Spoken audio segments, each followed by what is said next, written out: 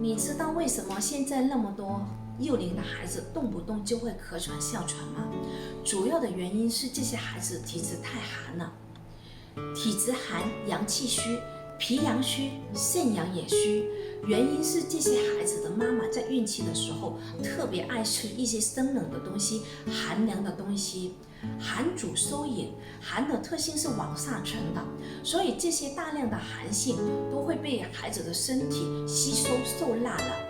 肺吸气，肾纳气，肾不纳气自为喘。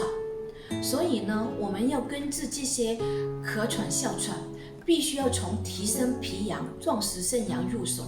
我经常会用一些精油或是精油调配的产品，配合食疗的方法，来提升这些孩子的肺功能，壮实他的肾阳，一步一步来调理、巩固孩子的免疫力。如果宝妈们有一些其他的育儿相关的问题，欢迎在评论区给我留言，关注香香，了解更多的育儿知识。